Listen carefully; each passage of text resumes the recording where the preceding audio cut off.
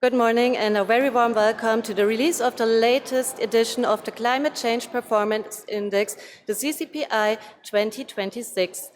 The CCPI is a monitoring tool to track the climate efforts, the climate mitigation efforts of countries, and today we are happy to present the 21st edition of the CCPI. My name is Katharina Hiel. I am working with Germanwatch and I am moderating this press conference today. We will start with 15 minutes of presentations and then go ahead with 15 minutes for questions. It is now the pleasure for me to introduce to you our panel. We have Stella Hirschman from the Observatorio do Clima, and she contributed to the CCPI as an expert for Brazilian climate policy. Thank you. We have Thea Uhlich, policy advisor from Germanwatch and co-author of the CCPI. And last but not least, we have Niklas Höhne from the Climate Institute and also co-author of the CCPI. And I would like to ask Niklas for kicking us off. Yeah, thank you very much. And welcome everyone to this launch of the CCPI, the Climate Change Performance Index. We are 10 years into the Paris Agreement. I think we have come a long way. Our outlook of global temperatures by the end of the century is much better than it used to be only 10 years ago. 10 years ago, we thought we go in the direction of 3.5 degrees. Now it's more 2.5 or a bit lower. But unfortunately, greenhouse gas emissions in the past, at least, have still been rising. The good news is, in the last 10 years, many countries have implemented more climate policies. It's really, we can see that as really comprehensive climate policy packages. And 2/3 of the countries that we are looking at in the Climate Change Performance Index are actually reducing their per capita emissions. So 2/3 are reducing them. There's still a third where emissions stubbornly go up, but we are quite hopeful that we will reach a peak in global emissions very soon. And then emissions will be going down because renewable energy is really expanding exponentially and is moving forward. That as a background, moving into the Climate Change Performance Index, we've been doing this for the last 21 years.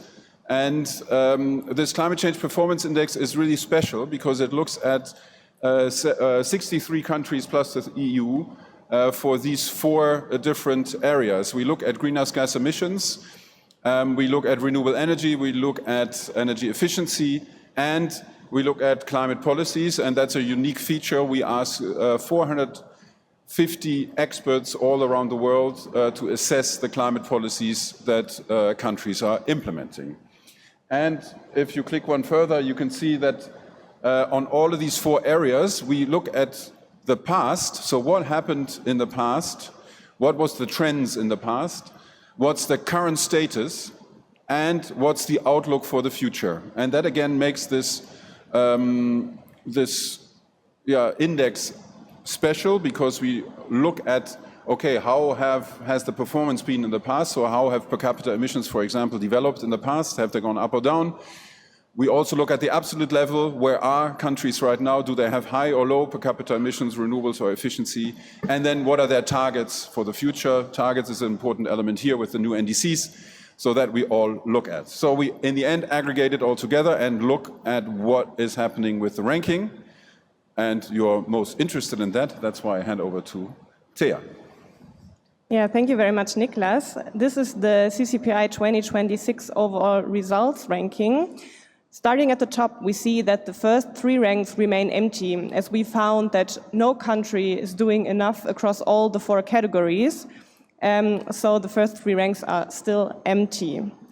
Denmark is leading the ranking again, now the 6th time in a row, because we found that Denmark shows across all 4 categories the best performance. Notably, Denmark receives a very high rating in the renewable energy category, a high rating in climate policy and GHG emissions, but the medium performance in the energy use sector, in the energy use category, says that Denmark also has some room for improvement. Denmark is followed by the UK, that moved up 1 rank this year, and the UK is continuing its upward trend in the ranking from the past years. And then we have Morocco and Chile, 2 countries that have comparably low per capita emissions.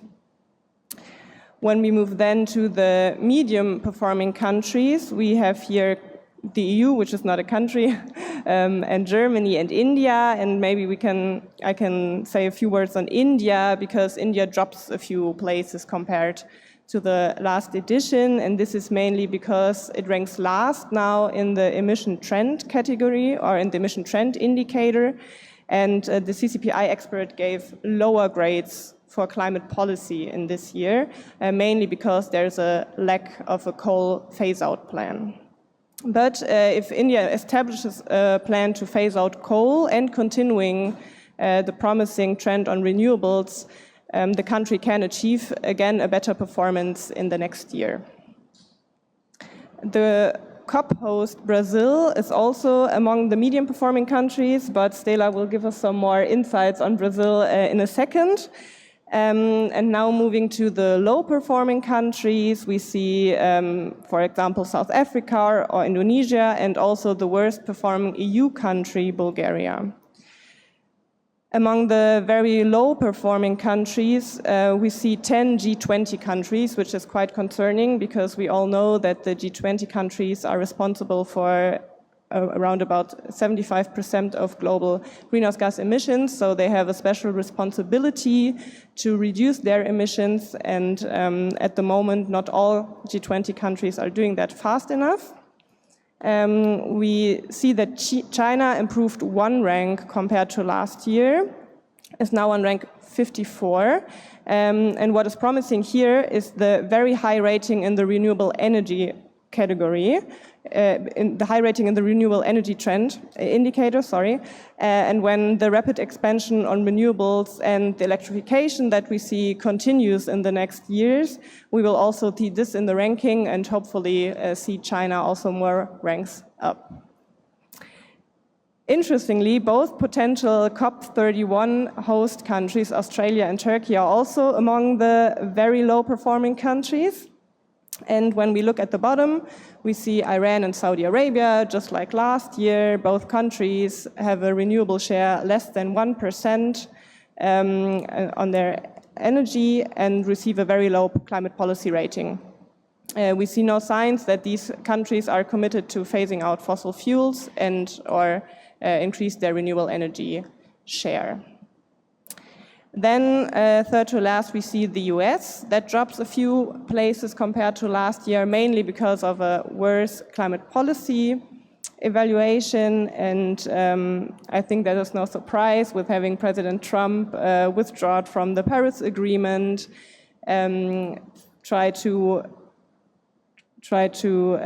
or publicly denying human-made climate change, and also promotes nationally and internationally the expansion of fossil fuels. So that would be with a very short introduction to this year's ranking, and I would like to hand over to Stella to tell us a little bit more about the Brazilian performance. Thank you, Thea. Morning. To speak about Brazil, Brazil ranks 27 on the CCPI index. It's up 1 spot since last year, but still is in the medium performing countries. And this is a result of a mixed performance that reflects the contradictions that we have in our country. So since Lula took office, we moved from a climate denier to a progressive diplomacy on climate. We hosted G20, BRICS, and of course, COP, that we're all here. We were the second country to submit a new NDC, and despite being economy-wide target, absolute emissions reductions, we set a target that is slightly increased in ambition regarding the previous one, and also it's a range of targets that it fits an entire country like Spain between the lower range and the upper range. Also, these commitments don't live to the historical responsibility of our country and neither to commitments that we already assumed internationally. We also have the most conservative Congress ever that has approved over the past year and so destructive laws that include the reforming of the licensing procedure law of Brazil, what will certainly increase emissions because you have a lower bar to evaluate projects and also increase the risk of disasters in Brazil. Brazil's reliance on fossil fuels is the main contradiction on our climate policy. The government continues to push for opening new oil frontiers, especially in the equatorial margin, including the Amazon Mouth license that was issued 2 weeks before COP starts. And Petrobras, our national oil company, confirmed plans to remain as one of the largest oil producers in the world. It aims to become the 4th largest one. At the same time, as I said, contradictions are the thing of Brazil. We successfully resumed our policies to fight deforestation in the Amazon, and what resulted in a 30% reduction on deforestation rates in 2024. And because emissions in Brazil are so tightly connected to deforestation, and that translated on a 22% reduction in emissions in 2024 alone. This is the highest drop in emissions in G20, probably in the world, in a single year. And that means that Brazil will probably go up a few positions in the next CCPI index, I hope so. But nevertheless, despite this sharp drop on emissions, we analyzed recently in Climate Observatory, based on data of the economy in 2025 so far, we project that Brazil will just miss the NDC target that we have for 2025 by 9%. And that's because Brazil is one of the few countries in the world that has a 2025 target, and this is a still projection, but the numbers show that Brazil is probably staying out of track because all our mitigation efforts have been based on the reduction of deforestation. All the other sectors have been increased, and that's probably going to be reflected because we harvest the easiest reductions that we could, and now we're going to be shortly out of track for 2025 targets as well. So, yeah, thanks. Thank you very much, Stella, and also to Thea and Niklas for these insights. And now I would like to open the floor for questions. As this is a press conference, we would like to take questions from journalists first. Please state your name and the medium you're working with, and try to keep your question brief so we can fit in more questions. I see one mic here, and maybe next question here, and then we'll answer. Hi, Jonas Wag from Taz. I was wondering if Denmark is doing something that other countries can just copy, if there's some specific policy that maybe you could highlight that is easily adaptable to other countries, or if it's very, the high-ranking countries have done very specific things that cannot easily be applied to other countries as well. Thank you. Thank you, and maybe we can take as well this question, and then we will answer too. It's Masato Kimura, Japanese freelance journalist. My question is about Japan. Japan is a very aging society, and now economy is slowing down. I think emissions must be decreasing. But why Japanese ranking is still low? Okay, thank you. I guess Thea will answer these questions. Yeah, I can start, and maybe Niklas, you want to complement. What we see in Denmark is that they have like a whole package and shown a very long breadth across the last years. So it's not just one policy that counts, but having the whole package. And I think that's something Denmark is doing particularly well, together with an increase in renewable energy and continuing that over the years. Maybe one policy that stood out to me in the last year for Denmark was the CO2 tax on agriculture. I think that's something very unique because in a lot of countries the agriculture sector is still an exemption from, like, for example, the ETS or stuff like that. You want to say something on Denmark? Yeah, maybe to add on that, that to rank very high on this index, you have to really have a long history of doing the right things. Yeah, So countries that go back and forth with one government and changing the government and then changing course completely, with that kind of course, you cannot be doing good climate policies. Yeah? So the trick here for Denmark, that also counts for the UK as number 5 here, is that they have a consistent long-term trajectory. So that's really helpful. And the other thing that I find very interesting, you can find in many countries one thing that they really, really do well. Yeah? So Brazil, we just heard, they're really working on reducing deforestation and are quite successful. We have the UK, which has a very good framework, a carbon law, which is really, really good. You have Denmark, which are great in supporting renewable energy. You have other countries more in the Alp regions that are very good in supporting public transport and trains. Yeah, so in all cases, you find countries which do something really well. And if all countries would do what always the best country does in these areas, we would come a very, very far way. So it really, that makes me hopeful that we know how to do this. Yeah? So individual countries have shown how to do it, and others need to copy it. And maybe to the question on Japan. So Japan is currently on a very low 57th place, 1 rank up compared to last year. And when I look at the numbers for Japan, we see that although it decreased slightly its emissions in the last year, they still have a comparably high per capita emission. So right now at around 8 tons per capita, and that's too high to be on a Paris-compatible pathway. Also the 2030 target for GHG emission reduction is still too high. And looking at renewables, here we have a high in the renewable trend, which is quite promising, but the overall share is still too low. So when we look at Japan, we see that there are a couple of topics that they should work on to possibly climb up in the ranking in the next years. But if the decrease in the emission trends continues, this could be very well the case in the next years. Thank you. Other questions? I see one hand here, and then you. Okay.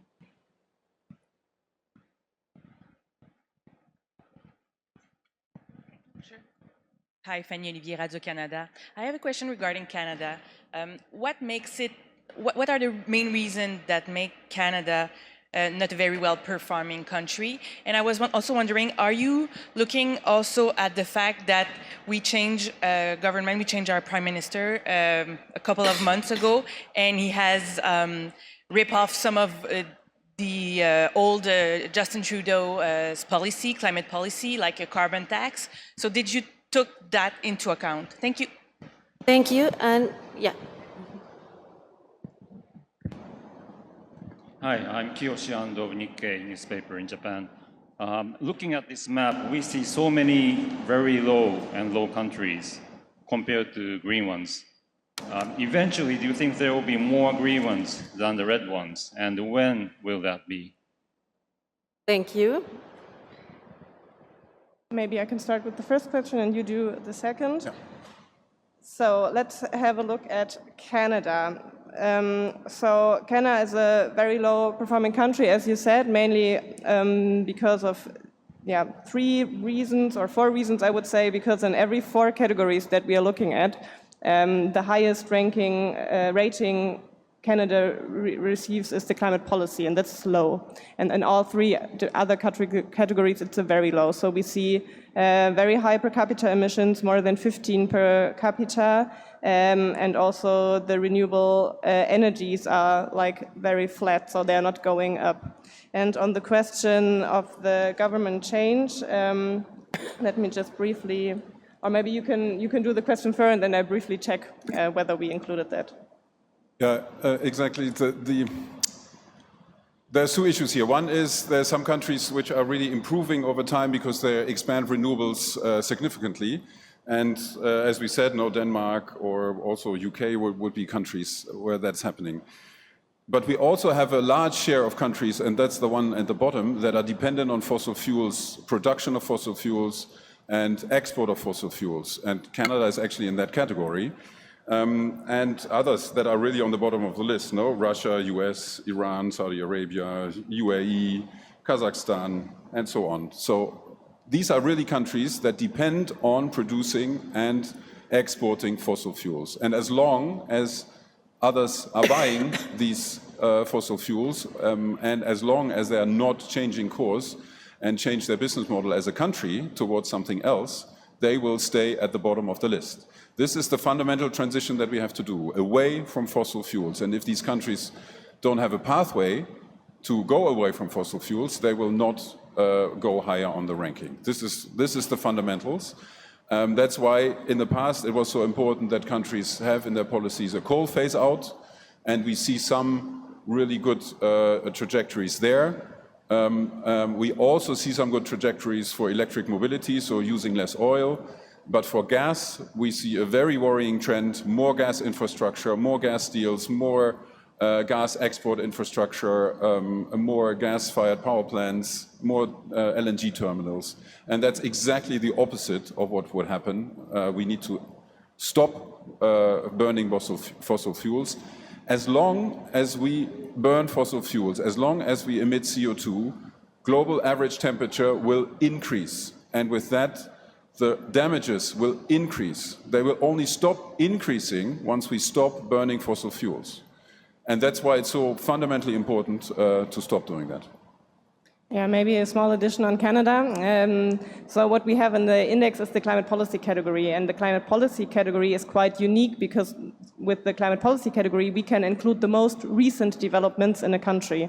So the cutoff date for the assessment of climate policy was end of September this year, so we could include the new government. And maybe one more sentence on Canada is that it's quite an interesting case because like the different states do have so much power about the energy legislation there. So it's always, but we are looking at like the overall government. But we see some states in Canada that are doing better than other ones. Thank you. Are there any further questions? Okay, another question from you. Yeah, if I may, Morocco is the only green country on the map on the African continent. But it's still heavily reliant on coal, if I'm correct. Yeah, maybe you could say something about how they managed to score so high on your index. Thank you. Is there another question? Yeah. No. Okay. Yeah, first, maybe something on the method, which is different to other indices that you look at. So we look at the past trends, we look at the current status, and the future trends. And Morocco is one of these countries which already now has very low per capita emissions, has a very limited contribution to the overall problem. And that already gives them a lot of credit in our rating and moves it higher up compared to a country which has already now very high per capita emissions. So that's part of the issue. And for the other issues, I hand over to Thea. Yeah, we see that Morocco gets a high rating in the climate policy category, and there are not very much countries that get a high in the climate policy category. And this is mainly, for example, due to the fact that there are some positive developments in the transport sector. And also when we look at the renewable energy trend, we see a high rating, meaning that Morocco continues to increase its renewable energy share, which is also a very good sign. Thank you. If there are no further questions, I would like to show you. Okay. So we have, if you have any further requests, thank you, Tia. You can reach out to our press colleagues. You find the contacts here. And there's also an annex to the press release where you can also find the contact details for the local country experts if you have very country-specific questions. And Tia has another addition. Yeah, before we end the press conference, and as we have some time, I would like to use the opportunity to say thank you very much to all of our climate experts who really makes this project happening, and also thank you very much to the colleagues contributing to the CCPI back home in Germany, who supports us from home today. And yeah, thank you very much. Thank you very much for your attention. Have a lovely day, and our colleagues are still here if you want to get in touch with them. Thank you.